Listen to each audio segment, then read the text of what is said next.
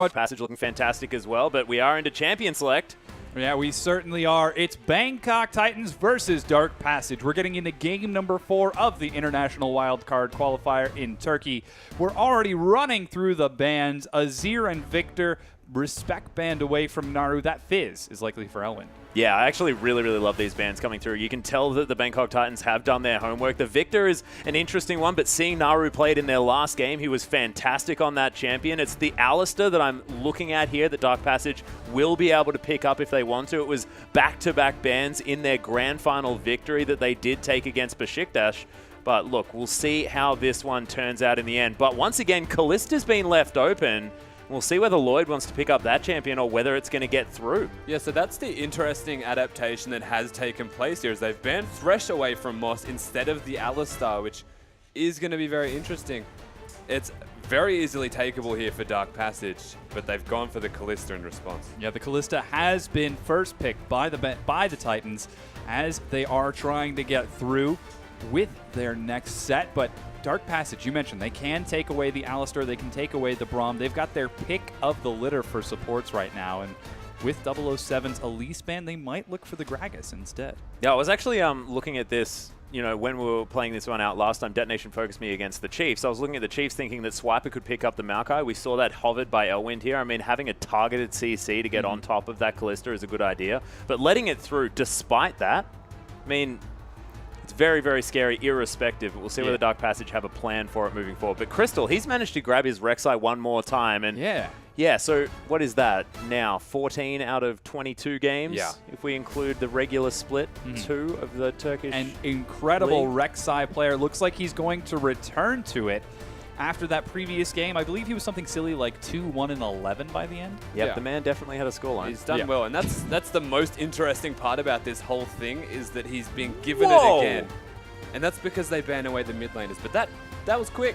Yeah, and I've learned this one as well, is the fact that blind picking a melee assassin in the mid lane is Doesn't matter. dangerous, Rusty. Nope, not if your name is G4. That's one thing to consider. Is he plays the Varus, he's got some other pocket poke style of champions, but he's most comfortable when he's playing melee assassins, because it's just his thing. It's what he makes work to a great degree of success. So no hesitation, locks in the Diana. Yeah, he's the kind of guy who's going to beat you in lane, either get a solo kill or force you back multiple times, and then split push, taking turret after turret before he finally groups up with his team and they win. That really has been how the Bangkok Titans have won in the past, but Dark Passage, I don't think we're quite going to let them be that passive and allow G4 to play that effectively, because Crystal, he loves roaming all across the map. Oh, and I'd be so excited for this. Dark Passage playing with the magical journey. Magical, dangerous dark journey could potentially be taken here, and they're going to lock it in. Zeitnot as well, hopping back onto that, the Cogmore that just completely escaped my brain somehow, and Lulu is still up. Warlock may be able to take that one back into the top lane, potentially. Of course, we saw it on day 1. Do we call it day 1? Yeah. Well, you know, in the game against the Chiefs, it didn't actually quite get through, but we did see him playing that one up there in the top lane. So we'll see whether that is going to be taken away, because the Lulu-Cogmore combination is despicable. Yeah, it's very scary. We're looking at the next picks for the Bangkok Titans. They've got the top lane and the jungle. Lulu being looked at by Warlock. They honestly have to. They have to go Lulu, or they're giving away what is potentially Lulu for Elwind. No, it's Naru that would be getting the Lulu, and that's perfectly fine. So what they're doing here, Dark Passage, by picking the Cogmore, is bottlenecking where the Lulu's going to go for this Bangkok Titans side. Kinda. Well, I mean, Warlock could play it. to a degree. More than happy to play it. Of course, he played Lee Sin in the IWCI. This guy's more than happy to play whatever he wants up there in the top lane, but they are going to lock it in. Haven't quite seen where it's going just yet. Of course, I just love flex picks. Let's just Rusty, make you know the that. fair assumption, to be honest. And He's going to take Kallista The in the jungle top lane. Braum's going to be there. I'm really glad that we're going to see that support Gragas. Let's look over Dark Passage's side, Rusty. To go off pick order, it's actually AD Gragas. But yes, Dark Passage, they've got the last pick, and it is on to them as to where they would like to go for the mid lane, I believe it is. Everything still well and truly up for Naru, besides what has been banned, which is a lot of his favorite champions, though he's still got some... So right now he's hovering the Flash Ghost. Victor taken away. I'm thinking it could be Twisted Fate. Potentially. What? We'll see Well, what yeah, he we'll does definitely find want to out. go for here. Of course, he's played a heck of a lot of different champions. This is a massive one for him, but control mages in general are exactly what Naru is very comfortable on. Plus, you can add that command protect to your Kog'Maw, really get that shockwave going on top of your Maokai. I like it for the team fight. This is going to be a scary mid lane for G4. Crystal coming out of the wing. Suddenly he's got a command protect, then knock up, shockwave, damage on top of damage. Could be scary. But final team comps locked in. Bangkok Titans versus Dark Passage. We're getting in the game. And it's a mixed bag here, honestly, from Bangkok Titans. You look at the team comp that they've now completed. They've got assassins, they've got tanks, they've got a lot of damage over time, and then they've got a Lulu, which really does feel like the odd one out of the team comp. And that's solely on the fact that they took it away from Dark Passage, so it was picked out of necessity for their team. So what does it provide? It provides a lot of survivability for the Kalista. It gives an added option for Diana to be overly aggressive and go in. And it just doesn't match as much as the rest of Dark Passage. Yeah, and the thing that I'm looking at here is the fact that they do have the Lulu, and yes, picking it away from the potential Lulu Kog'Maw comp is a fantastic idea, but you often pick it into these sort of burst mages, these champions that want to be eliminating a single target and then moving on through, and they struggle if they can't do that. On the side of the Dark Passage, they've got Orianna, massive consistent damage. She can just throw the ball around wherever she wants, and Kog'Maw, I mean, he's a turret. Yeah. He's going to be doing consistent damage. It's his job. It's his thing. Yeah. We'll see how it works out, but running through the lineups, you can see them on your screen as we prepare to get into game. The only team not to have taken a win yet, it's Bangkok Titans versus Dark Passage. Will they be able to get that win? As right now, Dark Passage, they're probably feeling pretty good about their win. Certainly would be, and of course, odds actually favoring Bangkok Titans, as we mentioned earlier. Blue side playing a big factor for all of these teams and finding victories. The Kalista, the first pick, is always a very big point of contention that needs to be considered. And Lloyd has got that, so that's very scary. Yeah, we'll see whether the lockdown CC is going to be enough here as well, because, I mean, that is going to be very, very important, making sure that Kalista doesn't get past the first round of CC. Yeah. Because that's the main thing. If she gets past the first round, then she just bounces away. She's Heals like right that back annoying up. rabbit that you just can't pin down. And we'll see whether they can get on top of her and kill her, or whether she's just going to run away with this game. We certainly shall as we get on to the rift between the Bangkok Titans and Dark Passage. Uh-oh. The Titans might be looking for something a little cheesy as they group as 5. Elwind could be in trouble. Warlock splits off. Hey, not every, 5-man party is going to be a cheese party, Dom, You might just be getting togetherness going on, getting some deep vision down. We'll see what they are going to decide to do. Nice saplings there for Elwind, though. He's going to spot out Moss. Another sapling should spot everyone else out. Oh, man, not very good at soccer. So then we have to ask the question, are the Bangkok Titans looking for a lane swap with this? I mean, the objective of this is, if possible, find a few kills with the early Braum, but more importantly, find wards. It's not necessarily to go for a direct lane swap themselves. It's to get vision of the potential lane swap. You look at the lane, Kalista and Braum, and that is exceptionally strong in laning phase. Bard is a very good laner. In fact, he's arguably one of the best laners, but that's in a 1-versus-1 style of scenario where you take into account the Kog'Maw. He's strong with W up, but the prolonged trade, you had to give the advantage definitely to the Bangkok Titans in the 2v2. So the warding that they're putting down right now is just to get vision, to see if they want to put the lane swap into effect from the opposition side here of Dark Passage and match it, or deal with it accordingly. Interesting. Well, we'll see if they will pull out that lane swap. As you can see, we are entering into a pause. We'll get that figured out as quick as possible. I think we'll manage to navigate this one. Yeah. Not exactly unknown territory. But let's talk a little bit about the Titans. They were looking to get aggressive with this. They are on blue side, so they do have the favored win rate when it's all said and done. But Dark Passage, will they be the first ones to upset that 100% win rate? Dark Passage, they're the favorites, arguably, coming into this tournament. So they've found themselves with a very strong draft. It feels like the kind of draft that they want to have. It's not necessarily the top 5 meta picks that they could possibly want. They don't have the Lulu and the Kalista. That has been taken away from them on the flip side. But what they have is a roaming party that can work between the support and jungle. They can get in the face of everybody. They can make a lot of early rotations happen. And this is a big factor as to why they might want the lane swap themselves. We saw the fact that the early warding that was actually placed down by Bangkok Titans is in a way to deal with seeing if the lane swap happens, and they'll probably look for the standard lanes. But if they're unlocked, if Dark Passage actually gets what they're looking for, if they get the lane swap and Bard gets completely unlocked, they can just run away with the map.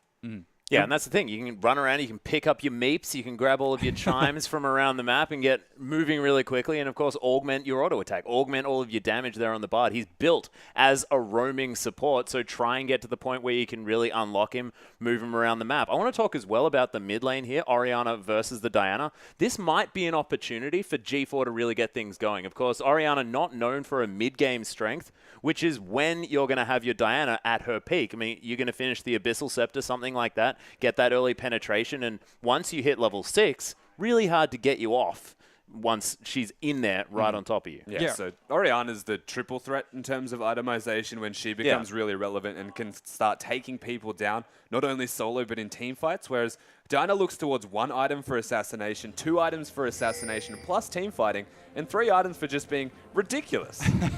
Yeah, and it does depend on how accelerated she gets. But we are, of course, back onto the Rift, ladies and gentlemen. We are indeed. G4 will find Naru in the mid lane. No lane swaps for those mid laners. I don't know why that would happen in that case, but yeah, it's not going to be. It's happened before, just not this season. Yeah, not quite. But they're going to be trading off as best they can. I'm actually looking forward to see how G4 builds this Diana, because we saw in the last game when Saros took it, he actually went for the Abyssal first into his Zhonya's. He was going to dive in and destroy you, not going for the Nashor's Rylai's split push. But Dark Passage. Yeah, G4 was looking to pull the lane forward. Has been using the flash there, but the Twisted advances on top of G4. Exhaust is down, first blood. So easy for Naru. And this is really smart from Dark Passage. The way that Diana plays the lane, and it's something that you can always commend G4 for doing, is pushing it and making sure that you get level 2 for free by getting it to the turret. But in doing so, he leaves himself vulnerable to an early gank, and that is exactly what Dark Passage did. They capitalized on that phenomenally, and they're coming back for more. Oh no, G4 has no flash. Is he going to make it out this time? Yeah, he sees them coming from the side, but Dark Passage, starting off with first blood, they're feeling nice and aggressive in this set. Did G4 just have a casual giggle there as well once he walked out of the way? So keeping his spirits up here as well on the Rift, but Bangkok Titans looking for a potential dive here. That's going to happen. Lloyd's just going to lock that one down with the Ren. Moss tanks it up. Not even going to die. But really, really easy here from the Bangkok Titans. The response has come through, so they're at 1 kill apiece, but the key difference is the mid lane kill was just a kill. The top lane one, maybe more. Flash tag is going to find Rydal, but he makes it under the tier 2. 1-for-1 trade. This game is action-packed. Yeah, I love that from Moss as well. The stand behind me into the instant Winter's Bite. Looked like he got Fate's called. Look at the Kalista. She's not quite level 6 yet. Not quite getting up there. Crystal, once again, just exerting some pressure as he secures Scuttle Crab to keep his Kog'Maw safe. And I guess that's really the big difference so far, is that Lloyd, he's got the safety of his team as they set up for a dive, but Zeitnot on the other side, he's just got a deep freeze built up. Yeah, and he's going to freely farm as well and get the solo experience, which is super important for a Kog'Maw. Increases the range and just ramps up with that level 6 power spike as well to something unreal. The key factor between this right now is that Lulu's spending a lot of time rotating and roaming around the map and not actually laning, whereas the Maokai spent a lot of time laning. But to contrast that, the Maokai's also spent time in the Death Chamber, so he's not actually laning himself, and this is where it's matched to almost even. Oh, G4 might be caught out again. Teleport coming in. Nice G4 teleport. actually pulls Crystal back. He's got a flash, but here's Warlock. Crystal tries to turn it around. Flash, will they be able to get him? No, Crystal gets out. Third man of the minions, pretty good there too. Yeah, and that was a level 2 Lulu also. So in terms of teleport and impactful ganks, it was successful in denying the engage from Crystal. Not really going to kill anything. Yeah. But once again, Warlock, he's out of his lane, not catching experience. He's spent more time in this mid lane trying to cover for G4 than actually in an impacting lane. It's true. Naru is going to find his time to head back to base here, though. Fiendish Codex was picked up by G4, so it looks like it is going to be the Nashor's Tooth first up. We've seen a little bit more popular at the moment on the Diana. Of course, the item has been buffed just a bit as well. Cosmic Binding not going to find Lloyd here as he's happily 2v1ing with Moss hanging out about the side. Yeah, this is a very scattered game here from both of these teams, but it's definitely reactive more so than anything else, is that we've got a Lulu solo farming the middle lane against a Rek'Sai solo farming the middle lane. And it's because of recall timings and the way that they're moving around the map. And speaking of moving around the map, I think the most important part to take from all of this is that the Rek'Sai's not. No, which is generally what Rek'Sai does like to do. But Crystal has most certainly been farming. Rusty, that is exactly what he's been doing. 20-7 here.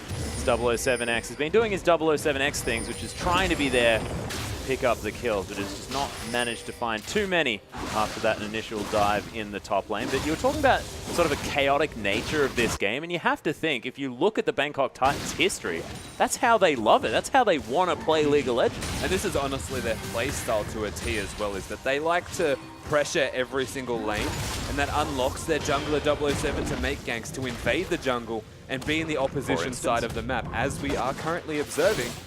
The fact that he can do that, and it's a force of habit from Bangkok Titans, to be fair. They do this to a fault occasionally and can be capitalized on. We saw this in the Chiefs game. But when he can successfully do that, it's when Bangkok Titans look at their best. Yeah, the thing is, though, Dark Passage are ahead in farm in both the bottom lane and the top lane here. Maokai more than happily farming over double the CS of Warlock, which is at the moment about 19 CS, which is not a gigantic amount. But as far as this lane swap is concerned, it seems to be working out agriculturally for Dark Passage. So far, things nice and slow after the early chaos as everyone tries to keep pace with their lane partners. Zeitnot finally is going to get a glimpse of the elusive Kalista as it heads down to the bottom lane. Recall completes Bilgewater and Phage for Zeitnot. And now the supports are just going to play tag with each other as they try to get some wards out. You know, the best part is it wasn't even chaos. It was just, you just ganked me mid with 4 members. I'm just going to dive top as 4 members because that's where we have the numbers. It was the revenge story. Yeah, again, very reactive in the way of doing it. And honestly, it's just slightly accelerated laning phase, all things considered. A kill going down to Kalista and being equal in farm is massive because you can see the items relatively even, but having that extra lifesteal, having that extra sustain, if they manage to get a successful trade, then they look very ahead. Well, Moss threading the needle there on that Winter's Bite onto the Cogmore. Crystal once again. This guy is just always in the right spot, waiting, but no engagement is going to come out. And I really like this out of the Rek'Sai player just because of the fact that the Kalista lane just inherently is going to want to fight. Yeah, definitely is. So the way that the pressure is coming down here, Crystal is honestly one of the smartest junglers you'll ever see move around the map. The ganks aren't necessarily successful, but he's always there. He's not necessarily proactive again, but always there. I don't know how he does it, but he does it. Oh, that Cosmic Binding, though, was fantastic. Moss loses half of his health bar there. Only level 4 at this stage. Level 5 for Rydal. Of course, being Bard helps you out in that front. Little meat. Oh, man, love that champion so much. That's great. So 9 minutes in, we're not seeing too much action outside of those early ganks. There is a late scaling Kog'Maw and a pretty mid to late scaling Kalista. How are we expecting these team fights to work out? Well, you said it yourself, essentially. The mid game is in favor of Bangkok Titans. They have a member nearby here looking for a gank as well. Oh, they're going. Yeah, Fate's Call goes down onto Zeitnot here as the stun's going to be there with the Winter's Bite. Meanwhile, G4's going to take down the mid lane. They're actually both of them just trading 1-for-1, but the action's still occurring here on the bottom side. Teleport in has been answered already by Elwyn, but Warlock comes in, does have the wild growth. That was a whole lot of nothing. Oh, they're going again. Yeah, they are. This is going to be 007X who's caught out on the side. He goes down while the rest of the Titans are forced to back away, and Dark Passage get the better of this skirmish. They get the better, but only by the smallest amount. There's another teleport. They are not done. Yep. G4 makes his way in. The flash out of the way of the Tempered Fate. They take the magical journey, though, underneath the turret. It's Crystal. Does he have the tunnel? He does. And it's not going to be the Crescent Strike to land now as these living artilleries are doing work for Zeitnot. Teleport, pretty good summoner spell is what we can take from this entire engage, is that not many people have gone down. I think one member from Bangkok Titans, all things considered. So Dark Passage, they come out slightly ahead in that trade. They do really well. The pit lane is killing each other in the middle of that whole thing happening. G4 respawning, and then coming back to the bottom lane with his own teleport to play a part in that engage. That was a beautiful nightmare. Yeah, G4 was neck deep under the turret as well. Yeah. That was what he was doing. He was sort of dry humping the outer turret in the mid lane, taking Naru down with him there. So, look, if you're going to get a kill, you may as well get it. And that's with a teleport as opposed to an ignite that was in the hands of the Orianna. So that speaks volumes as to how that was going. Naru playing defensively, gets dove for his troubles, and then able to have an impact on other parts of the map that honestly would have favored. They're going. Oh, G4 dashes into Naru. Shockwave finds the two of them. He's taking a lot of damage, gets destroyed by G4.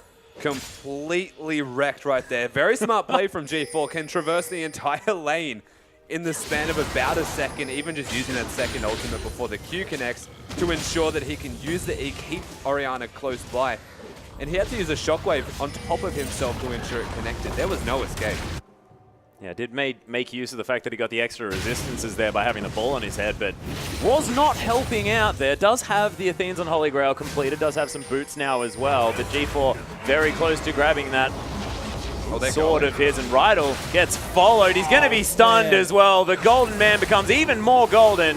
So Rydell's going to fall down for the 4th kill. The Bangkok Titans, and blue side is looking powerful at the moment, gentlemen. G4 is looking powerful. Yes. The fact that he can actually find kills everywhere that he's looking at the moment is going to play wonders for this team. We were talking just beforehand about how these teams are going team fights and scaling. Well, you know what? They're just going to fight again, apparently. Not gonna find the knockup.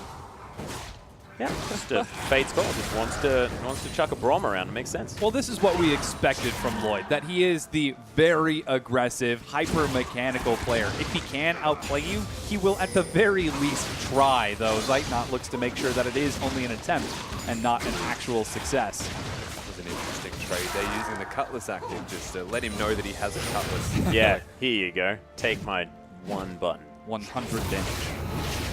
What? You'd stop practicing. Yeah, so Crystal shows himself on the bottom side of the map now as he secures the Scuttle Crab. Might be looking for some action onto Moss and Lloyd, but he's going to play it safe for now. We haven't seen any dragons just yet, as it has been Skirmish City, and it's still very even when it's all said and done. And G4 has picked up that Nasho's Tooth. Now Magic Mantle there sitting down as well, so probably wants the Negatron Cloak into the Abyssal Scepter when he can. Let's see whether that is what he decides to go with. But Rusty, what is sort of the benefit of taking the Nashor's Tooth instead of the Abyssal Scepter earlier?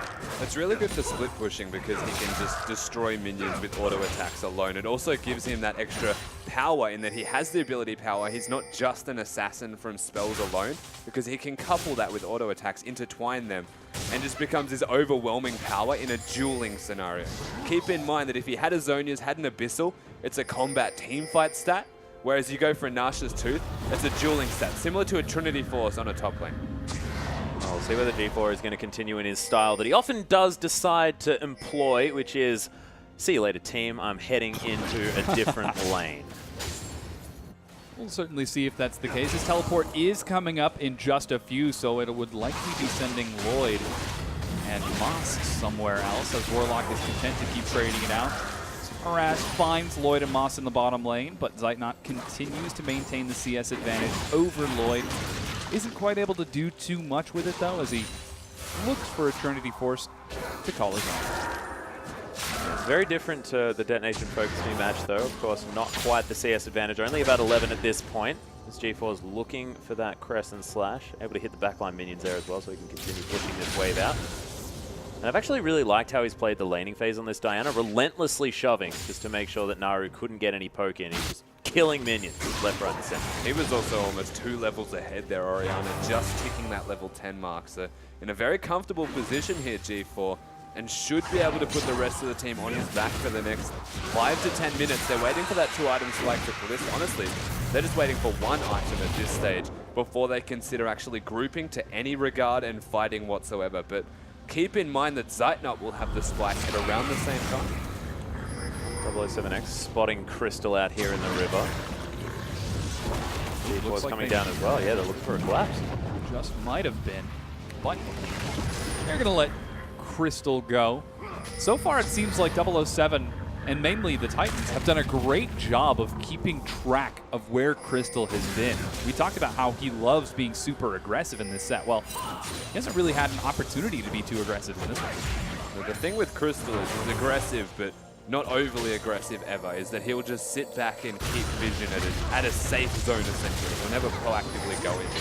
Speaking of going in, Warlock. Yeah, having some trouble. Yeah, it's sort of actually the opposite here with Crystal, because yes, he's often aggressive with where he's getting his vision down, with where he's positioned, but it's always calculated. He's always making sure that he's not getting himself into a position where he could be in trouble, whereas I think of aggression as, you know, someone that's just going to run at you. That's not Crystal. Crystal's making sure he's knows everything. Everyone flashing out of the way of the Tempered Fate, though, as Naru's just going to get destroyed by G4. Crystal here gets moonfold up. Moss is very low, somehow still alive as Magical Journey taken forever by Rydal. Bangkok Titans all grouped as 5, and we'll see whether this means Dragon. Certainly should mean Dragon. They've got the numbers advantage down here right now. Teleport available. No, there's no real need to even use it. Warlock's just going to recall, you know. Confidence Callisto on that Dragon. Dragon number 1 is secured by the Titans. It's dead even in gold after finding that pick onto Naru, but the Titans putting the gank in effect on the invade, even securing away the blue buff that Naru just had donated to him. I'm just not sure how Moss managed to survive that. He was just so incredibly low. There was AoE flying everywhere and just managed to avoid it. Oriana was dead super quick in that fight. Still has the shockwave available, so that sings a song on how that fight went. Completely caught out of position. The Unbreakable was up for Braum, so he's never really going to look like dying too quickly, to say the least. So all things considered, though, Bangkok Titans, they make a very smart engage and a very smart invade. It timed well around the blue buff, knowing that they'll have members there to find at the very least, and in this case, take down. 007's the aggressive jungler. He'll be the one that looks for the fights, whereas Crystal will place down vision. He'll look for you, but if you're not there, he'll actually take camps. If you are there, he'll just watch from a distance. Belly slam from 007 gets him over the wall as the Titans pressure in the mid lane now. Don't know that they're going to be too effective in taking anything, as there is a strong defensive line from Dark Passage. So far, they've got the kills and the first Dragon, but Dark Passage are dead even in gold. Zeitnot, is he looking to 1v1 Lloyd right now? Something that is. Gets some damage across, dancing around. He does so much. Flash shield, double flash as Lloyd gets out, misses the spear. But here is G4. He's going to find Rydal. Slow locks him down. He flashes. Zeitnot is low. G4 looks to get the kill. He's so low. He gets picked up by Moss. Oh, dear. His dead body took the journey. The Acathian journey. A magical surprise. Oh, dear. Some would say that that could be a dark passage, Rusty. Oh, God. Oh, that was unreal, though. That was done really well again from Bangkok Titans. They have Diana in all of the right places, finding all of the right kills, not even waiting for the Q to connect, because has the Nasha's Tooth can auto-attack you and isn't the assassin that is spell reliant. So very smart play here from Bangkok Titans. And we're going to see this again. The fact that he can take the journey and run back around and explode on nothing, it's quite saddening, really. Yeah. Oh, Poor little Kog'Maw. That is actually his first death of the game, and you know, he actually did have a CS and experience advantage over Lloyd. You can see that that's now been evened up. It's 10-10, and the CS is pretty even as well, as even Warlock gets to take out the turret away from Elwin, who was pretty effectively keeping Warlock locked down in lane. Yeah, came to do with recall timings and positions in fights. So Warlock having that Rod of Ages actually does damage now and continues to scale in terms of laning phase strength, has the wave clear, has the damage to output onto Elwin, who's building tanky stats, building health. So his damage starts to drop off, whereas he was winning with base stats. Zeitnot finds some damage onto the bottom tier 1, but isn't quite able to drop it down. The mid tier 1 was similarly dropped by G4. He's now taking the Wolf Camp. Yeah. Interesting stuff. I actually thought that Lloyd was waiting for a Fate's Call there, but decided not to pull the trigger onto Zeitnot and Rydal. And it looks like Leandri's Torment's going to be the second item here for Naru, and I just don't feel like he's going to have very much damage. I mean, I guess it's going for, like, let's try and get the Magic Pen to get some, like, early damage down, but I don't really know. Well, I could justify it all I want, but it's not good. Yeah, no, I was thinking that as well. I just didn't quite trust my analytical strength at that point. 1,500 gold, and it gives you about 10 flat, 20 flat Magic Pen. irrespective, the amount that it's going to give you in terms of magic penetration is not even enough to get through the Diana, who has an Abyssal Scepter Merc Treads. You're better off going Void Staff second item and having the components of a Void Staff for the same cost. And you would be having a better item build compared to what that is right now, which just doesn't feel right because you're buying it for the health thing. Yeah, slightly. Naru, speaking of which, is going to get punished for the build. G4 on a rampage now, and Dark Passage going to take advantage of it by taking down the bottom outer turret. Oh, here come the rest of the Titans. They could catch Zeitnot. He dodges out to the side, still going to be knocked up. Will they be able to lock him down? They succeed. The Fates Call locks him out, but Lloyd is dancing around. He dodges. He's still alive. The 007X finally finishes him off. Rydell is the next target. He gets destroyed by G4, and the Titans are netting kill after kill. And they do not look like slowing down anytime soon. This is timed a minute away from the Dragon being available, so control of the area well and truly theirs. They've got the bottom turret ready for them to take. They're just waiting on a minion wave to do so. This one will go down. And just like that, the game is starting to snowball. Orianna gets picked in the middle lane, and immediately after the bottom lane, the same thing happens, and it shouldn't be. Yeah, and the interesting thing here is the fact that Dark Passage play around Naru so often, and this is what I was expecting Detonation Focus Me to do a little bit more of, was to focus this mid laner, focus the shot caller, the captain of Dark Passage, and it's now happened, and G4 and 007X, almost every single gank this game has been killing the Orianna. And it seems to be working wonders. I mean, you've got a 7 out of the 9 kills participated in here for G4. This Diana is so big at 6-2-1. And he's an assassin player that has most of the kills. So if there was ever a person you would want that on, it's going to be G4 on this Diana. So all things considered, they're doing real well here, Bangkok Titans. And Naru, the shot caller for the team, as you mentioned. If you're in a losing lane and you're trying to shot call as the mid laner, you are often much more hesitant to actually say yes to fights and yes to engages because you don't feel like you're strong enough yourself compared to your opposition. It takes a massive amount of mental fortitude as well to make sure that you can stay in the right mindset. Consider the fact that, you know, your Kog'Maw has got a heck of a lot of farm. You've almost got the Blade of the Ruin King completed. You're going to scale fantastically into the late stages of the game, and you can just hold on and try and get things moving forward because they have an answer to the Kalista. They can use the Twisted Advance, use the Shockwave, try and explode that massive hyper carry that can be so slippery. But it's going to be so hard with this huge Diana romping around the Rift. It certainly is. 23 minutes and a half. G4 That's a looks for tank, yet G4. another kill. I don't think he minds too much. I don't think it's a tank either, relative to what G4 is. It's just another champion. Lloyd solos the Dragon for his team while the rest of the Titans hold Dark Passage down in the mid lane. And Titans, as we mentioned, starting to snowball this game further ahead. Certainly in a fantastic position. But again, you touched on it earlier, Atlas, the fact that they have got scaling here from Dark Passage. If they can just attempt to do what the Chiefs were trying to do in that last game, farm, scale, and actually get some items. They're waiting for the 3 big items. It's probably going to be 3.5 now because Naru has a Haunting, guys. I don't know. Zeitnot working towards his second item will still be doing a lot of damage once he finishes the Blade of the Ruined King. And the top laner, Elwyn, always going to be tanky, always going to be relevant if he has damage to back him. So you look at what Dark Passage have, their scaling is well and truly still there. It is on the table. It's not out of the way yet because the difference in gold's only 4K. Yeah. Definitely not too much. And one thing that can be said about Dark Passage is the fact that they farm exceptionally well. I mean, the fact that G4 is ahead makes a fair bit of sense. Dark Passage not going to be taken there. Sorry, that is a Magical Journey, not a Dark Passage. That one is in fact a Lantern. The Titans start to siege forward now as Dark Passage forced to play defensive and wait this one out. 2 items finished for Lloyd means he's going to do a lot of damage. G4 just finished a full Zhonya's Hourglass on his last back. Yeah. Okay. He's 6-2-1. He actually hadn't recalled in a while. Currently, let's see, that's 2,500 gold ahead of his lane opponent. Not bad. Is that all? Yeah, that's no big deal. No big deal at all. And if we take into account that one of them has a Haunting, guys, it's about 3,000, no, 4,000 gold ahead.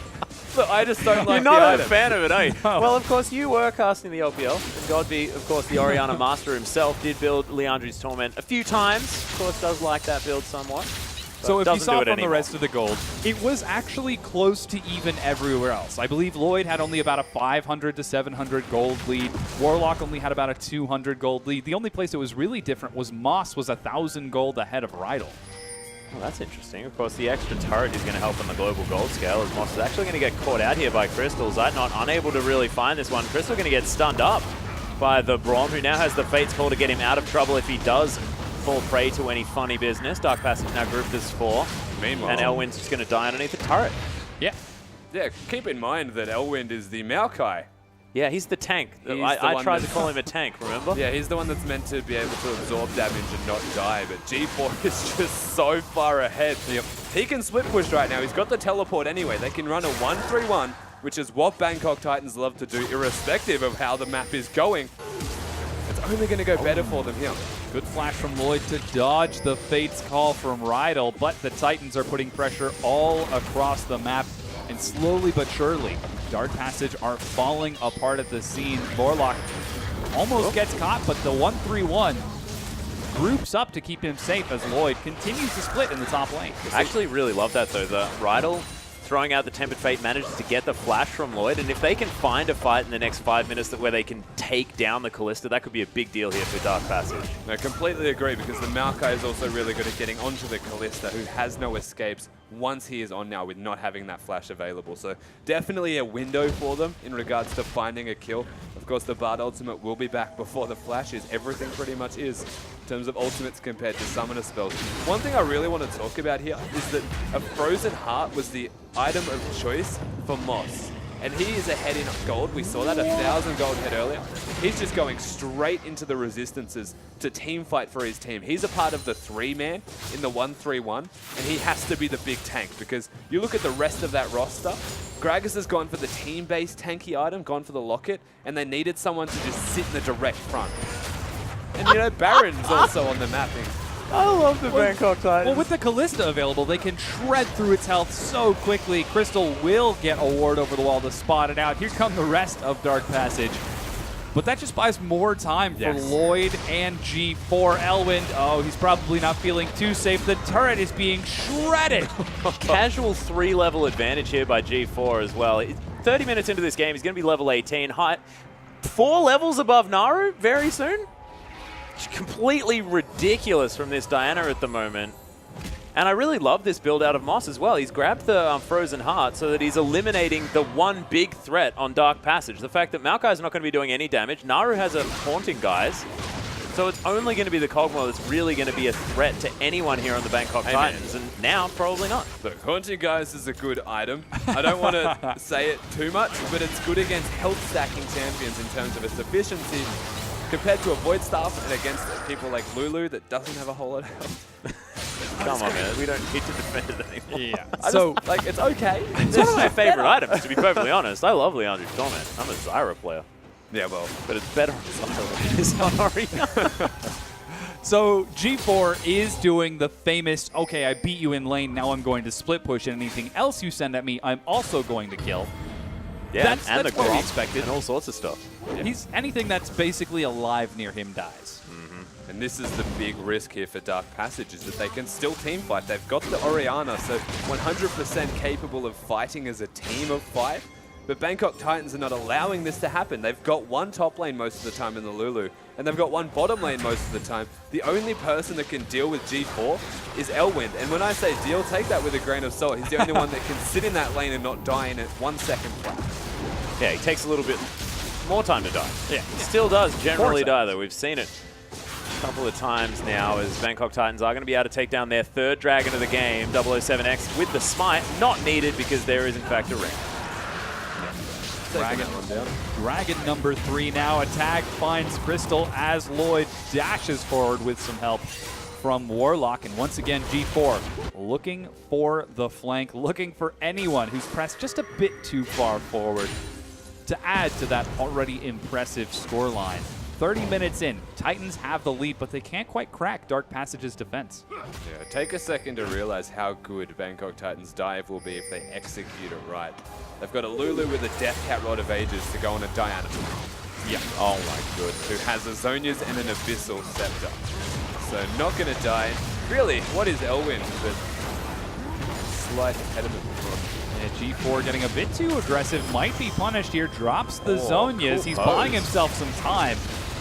Oh man, this is actually pretty tricky. I don't know if he can survive. Knockup is locking him down. He doesn't have any way to get health back. They're gonna shred through. He dashes forward, but Elwin gets the shutdown. That was just over-aggressive positioning here. He was looking to get the turret down, and Crystal can just use that ultimate and get back to a position where the Baron can no longer be contested. Yeah, it was so smart out of Dark Passage as well to use the Rek'Sai Maokai combo to take down this Diana that needed two people, because they can both get so easily towards that Baron.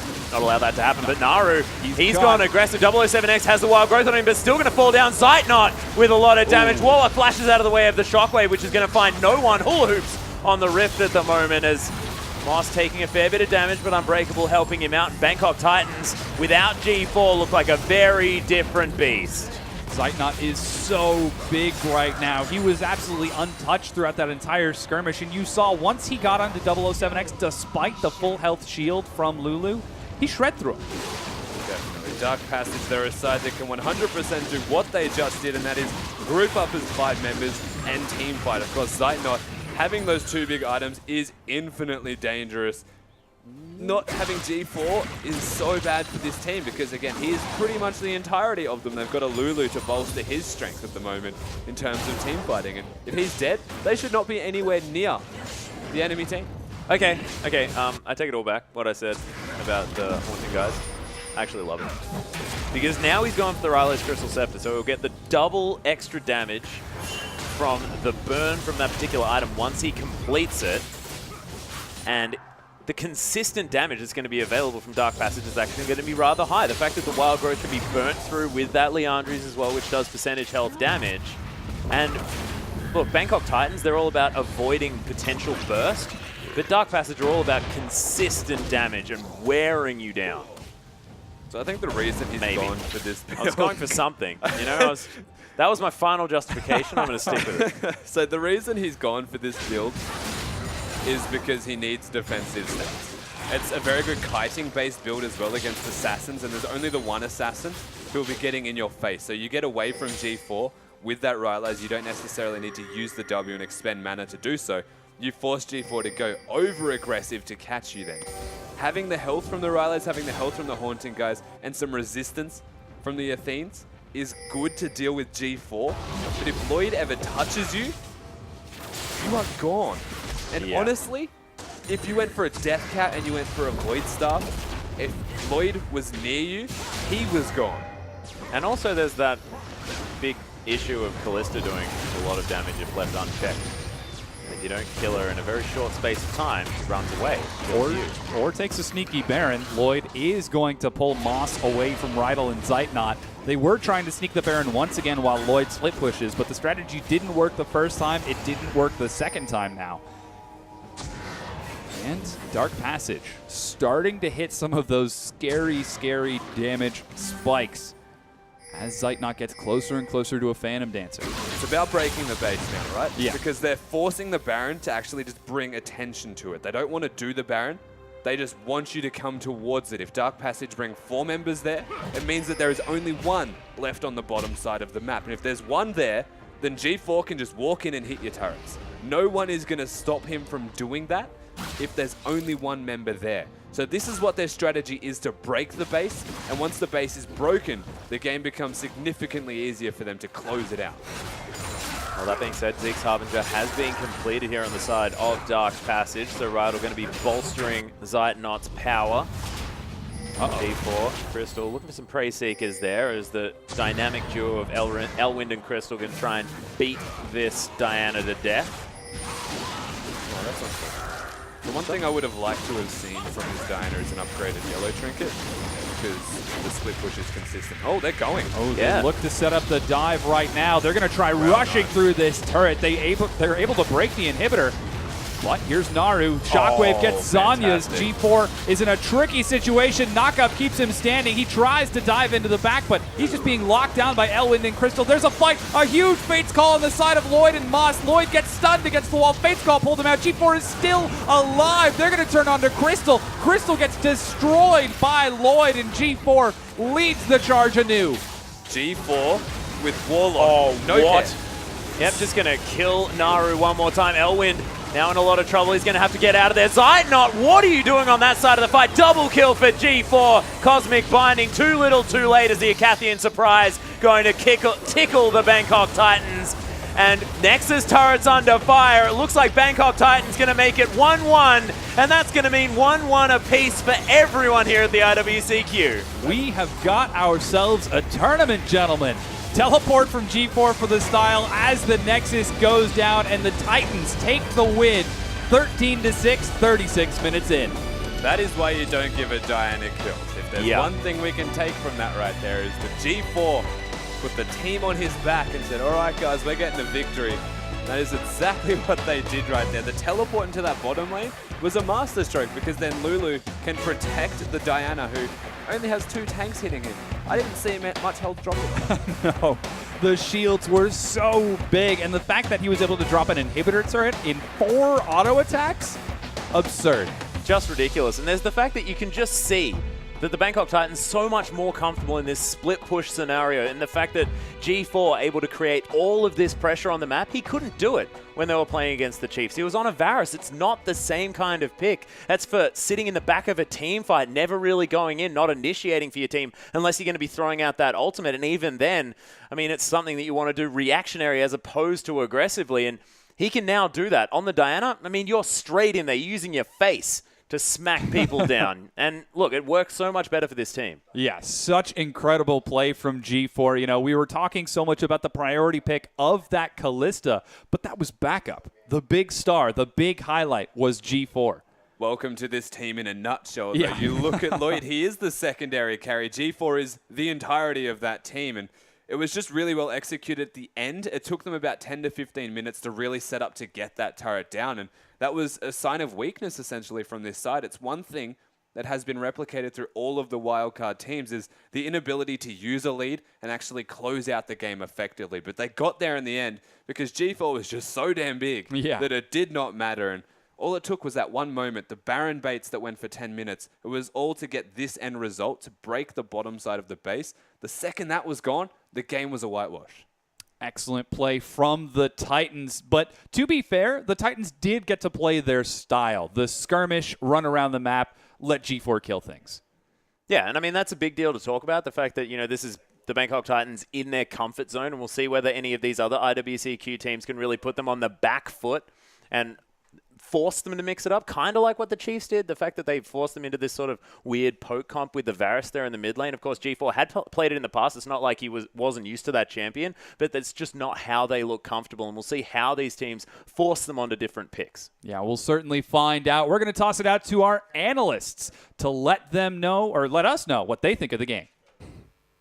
Thank you very much. And what a game there from Bangkok Titans. They survived yesterday, having to not be able to play through the game. They survived the 50-minute slugfest versus the Chiefs. And then all of a sudden, a pretty convincing game, honestly, against who we were calling the favorites, Dark Passage. Yeah, Dark Passage. They came in. This is tournaments being fought on Turkish soil, and this is their first real blunder.